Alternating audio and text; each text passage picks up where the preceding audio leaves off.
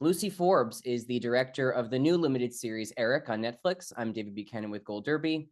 Lucy, this series is so complex in terms of the themes you're discussing and the subjects that it's touching on.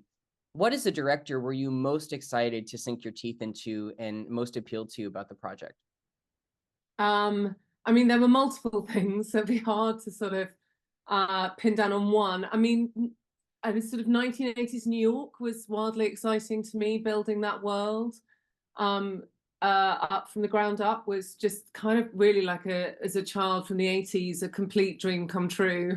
And there was so much to get my teeth into. But then also creating Good Day Sunshine World was, I mean, probably the most sort of creatively rewarding thing I've ever done, sort of creating that show within the show. Yeah, I mean, but I really, really loved it. I loved it. I absolutely loved all of it. Yeah, you've touched on the exact two things I wanted to ask you about next. So let's start with Good Day Sunshine, because it is such a fun kind of universe that you've created for as the heart of the show, where Vincent works, and just a glorious these beautiful puppets, and so much fun. And also you get to kind of shoot it in multiple ways, because you're obviously giving us the behind the scenes look at the show, but we also get to see what the show looks like and the puppeteers and how it works. So what was your approach like to that material? Because even within that kind of world within the world, there are multiple dimensions of how to shoot it. The big thing for me is that we see it fleetingly, but for me it's the complete heart of the show. So I didn't want it had to feel completely authentic and real and feel developed. And when we come into the show, the show is in its 10th year. So we really, really poured over every single tiny detail. And obviously there are connections, or it's sort of reminiscent of Sesame Street, but it had to feel different from Sesame Street. We didn't want to be going over old Sesame Street ground. So sort of actually one of the most challenging things was finding puppets that hadn't already been created, that didn't feel derivative of other puppets. But I worked very closely with a company called Stitches and Glue and a very talented illustrator called Poppy Kay, and we slowly sort of created the puppets bit by bit. The big thing for me that I kept going back to was imagining them all standing together on the poster outside the Good Day Sunshine studio, and if they looked like a sort of collective group that sort of felt real, that's when we sort of succeeded. And weirdly, it was, sadly she never made the cut, but we made a Statue of Liberty puppet who spoke with a French accent, who we all loved, but sadly you kind of see her in the background, but she never quite made it into the cut. She was in a few of the scenes towards the end of the series, but it was her coming in that sort of kind of made it all feel cohesive. Strangely, we've got little spiders in there, we've got dogs, we've got dancing hot dogs and pretzels. I don't think anything's brought me more joy than those dancing hot dogs. I've got a little model of one on my desk, which I love dearly. But yes, so we really thought about it. And I worked with a very talented group of people to bring it to life, and with the production designer Alex Holmes, just working out what that set's going to look like. And the bridge in the Good Day Sunshine set basically links to the bridge that we see later on the episode within the series, without giving too much away, but it all kind of ties in together. So hopefully it feels like a cohesive thing. Yeah, it really does. And it provides such a contrast to the world of 1980s New York that we're set in, as you were kind of alluding to, which is, obviously a very tumultuous and difficult time for the city, with the AIDS crisis and all these unhomed people, unhoused people that these kind of awful characters are dealing with and sweeping out of the subways. A really challenging time. How did you kind of immerse yourself in that world? Obviously, you maybe had remembered something of the 80s as a child of the 80s, but what did you do to kind of bring the harsh realities of that time to life? I looked at a lot of street photography. So I looked a lot at Bruce Davidson and Martha Cooper. I pretty much sort of during the research process, I feel like I looked at every single photograph that was ever taken of the streets of New York in the 1980s. I didn't really look at that much 80s cinema. I mean, I looked at Taxi Driver, that's the late 70s, I think, and there were, you know, a few New York films that I looked at, but mainly it was the photographs. And then I watched a load of documentaries.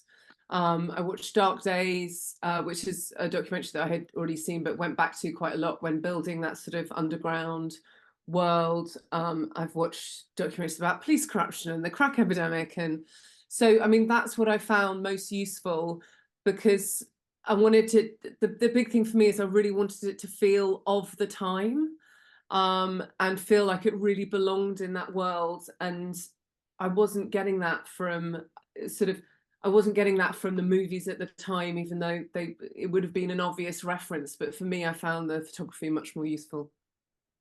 Yeah, let's talk about the absolutely extraordinary production design that you had to work with, especially as you mentioned the subway tunnels and the underground world that we get brought into as the series progresses. Just what was it like to have that kind of a playground to explore with the camera and situate your characters in? It really is, as you said, feels so of the time and so alive. Oh my God, there was, I mean, there was so much to design and think about. We kind of had a domestic drama sort of in the Anderson household, and that was an artistic family, and we needed to feel the personality of Vincent and his family on the walls. We had it's kind of a police drama. We delve into the New York club culture, as you said, with all these tunnels underground, and pretty much everything from the Upper East Side down to those tunnels. But everything was really, really, really considered. And at the beginning of the production, it felt like an absolutely enormous mountain to climb. But, you know, I had a really incredible team around me. Alex Holmes was the production designer, and I had Andrew Baseman as our set deck. And, you know, we really just got into every single detail of everything. Luckily, we had lots of references to work from, and we just broke it down bit by bit. But it felt at times kind of relentless, because there was just so much to think about it. But I think the thing that I kept drawing on was that but so many nostalgic memories of being a child in the 80s. And I mean, there's so many little things that are peppered in that sort of relate to how I felt at the time, or things that I remember from my childhood, but then also connecting it all with the characters as well. But so it was kind of like an incredibly fun playground to be part of. So yes, it was incredibly hard work, but I really loved and actually genuinely cherish the creative time spent sort of working it all out. Let's talk about the title character, of course, Eric. A couple questions on crafting Eric and working with him. I mean, we get that wonderful introduction to him at the end of episode 1, where you really kind of tease the audience with what's to come. How did you approach exactly how much to show of Eric in those opening moments, and, you know, how you wanted to really get the audience excited to see who this character is? Well, I think the big thing is we wanted to, because ultimately as Vincent descends, Eric reveals himself more. So as Vincent's mental state spirals, then we see more and more of Eric. And you know, you want to tease an audience. I mean, it wasn't a big decision. It was just like, let's not give it all away right at the end of Act 1. We sort of like repeat a shot. Ultimately, when Edgar sort of looks under his bed after his mum has tucked him goodnight and says, "Do you want me to check for monsters?" That shot's repeated for the first time that we're introduced to Eric. And you know, we see the voice, we see his color, we see his physicality, and then we just slowly start introducing him in Act 2. But the big thing about Eric was that he had to belong in two worlds. He had to belong in the Good Day Sunshine world, be a believable puppet in that environment, but also be believable walking around with Vincent on the streets of New York. Like, he couldn't be. I was really conscious that he wasn't a massive rug pull or a big eyesore. Like, he had to feel like he belonged. So we spent a lot of time thinking about color and how he would fit in his environment. And he had to feel 1980s, but not feel reminiscent of other 1980s monsters. And there's lots of design in him that kind of relates back to things that Edgar would have been inspired by. So Eric's tail is a similar pattern to his cat Trixie's, the house cat. The V's on the back of Eric relate to his grandmother's fur coat, and also the stripes on his jacket. His iris, Eric's eyes are the same as Benedict. So we tried really to tie his design in as much as possible to our environment. What was the hardest scene to shoot with Eric? Because he does a lot in these 6 episodes. As you said, we see more and more of him. What was the most challenging to get right? Eric was an incredibly complicated beast in that, so you can probably tell by the design, the puppeteer inside, this amazing man called Ollie, couldn't actually see physically out. He wears a pair of goggles, and within the goggles there are 4 cameras. So we kind of place 4 cameras around the set so he can see behind of him, to the right of him, to the left of him, and in front of him. So ultimately he's completely blind. And sometimes that worked perfectly and sometimes it didn't. So actually the most challenging thing really with Eric was getting him up and running and getting him moving and feeling safe in his space. We had a scene, I don't want to ruin the story. I think it was ultimately, I think Eric I felt like was probably going to be more complicated than it actually was, other than our technical issues. Once he was kind of in situ and on set, it kind of worked. And Benedict and the puppeteer Ollie would kind of rehearse the lines, and Ollie would sort of mimic how Benedict, who voices Eric, would say Eric. And so they kind of had each other to play off. So it kind of worked really well. And Ollie, who puppeteers Eric, is an incredibly funny, talented performer. So he brought so much personality out in Eric way before we got to the ADR studio, and Vincent and Benedict added his layer to it. So actually it was just kind of like fun when Eric turned up on set. It was like this enormous 7-foot puppet turned up, and there was a sort of childlike awe in all of us. We just absolutely loved having him around. And he was a bit big, and sometimes he didn't work as well as we wanted, but on the whole he was just a good crew member, really. It's incredible to hear. And as you said, we don't want to spoil it, but there's a scene in episode 5 that I think is with Eric that must have been incredibly challenging and fun to shoot. So I'm sure people look forward, if you haven't seen it yet, to episode 5. There's some great work with Eric in that.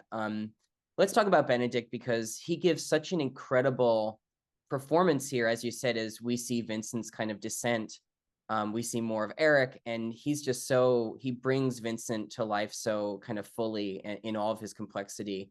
What was it like working with him on exploring exactly how to kind of chart that descent? I mean, obviously so much of it is in the writing too, but the performance is so perfectly kind of calibrated. So how did you two kind of collaborate on what that descent really should look like?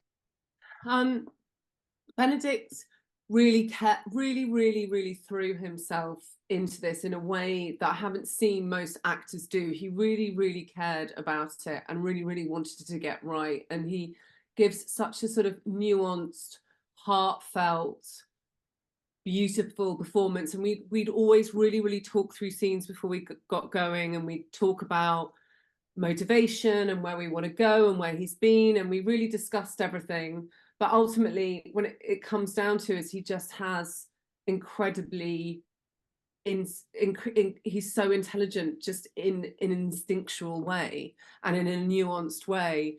And so him and Abby and I really talked through the character of Vincent, and he took it and just made it this beautiful thing that we see on screen. But he's Benedict Cumberbatch. We're incredibly lucky. And I think you see I feel like we're seeing something that he hasn't. I feel like he's given us something we haven't quite seen before, and because it's so layered and so beautifully thought out. I'm really proud of what he has achieved with Vincent, and proud to have been part of it. Yeah, it's lovely work, especially those scenes with Vincent and Cassie in the apartment. That's such a unique, you mentioned it earlier, kind of a domestic drama within this broader canvas.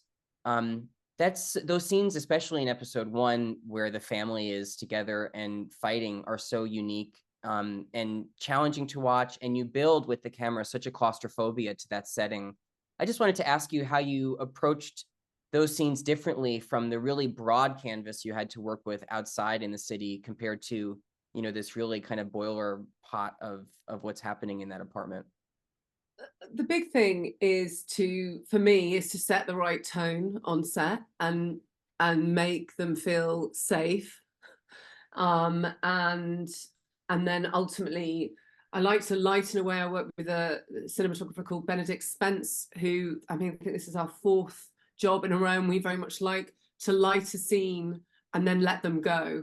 So we're not going and then hit your mark and then stand over there, especially with the really, really emotional scenes. And Benedict is not only an incredible cinematographer, but also an incredibly talented camera operator. And he's very, very good at following the action and the emotion and moving with the pace of the scene. So ultimately we would talk about it, we would set them up, and then we would just let them go and cover it off as it came. And I feel that's what gives it that sort of crackle. That's what, because I mean, there's some really powerful scenes that we shot in that apartment. And actually those are the first scenes that we shot all of those in the first 2 weeks. It was really intense. It was a really intense few weeks, but I think that was kind of the in a really creatively rewarding way, because that was the foundation for the whole show. But ultimately the key is talk it through, don't be a dick, and let them go and see what happens, and then adjust it as you go, rather than heavily noting at the top. You know, you want to feel, you want to let the natural, whatever inside them, out in a naturalistic way, rather than sort of hammering with notes and thoughts right at the top, and then, you know, work it out from there. At least that's what I do. Yeah. Before I let you go, Lucy, I have to ask you, we've touched on so many of the different facets of the show, and just, as I said, how complex emotionally and kind of as a director, everything you have to explore. Do you have a favorite shot or sequence when you look back on the project and say, that was a moment I'm particularly proud of, I'm so happy with how that turned out? Is there 1 or 2 moments that really stand out to you?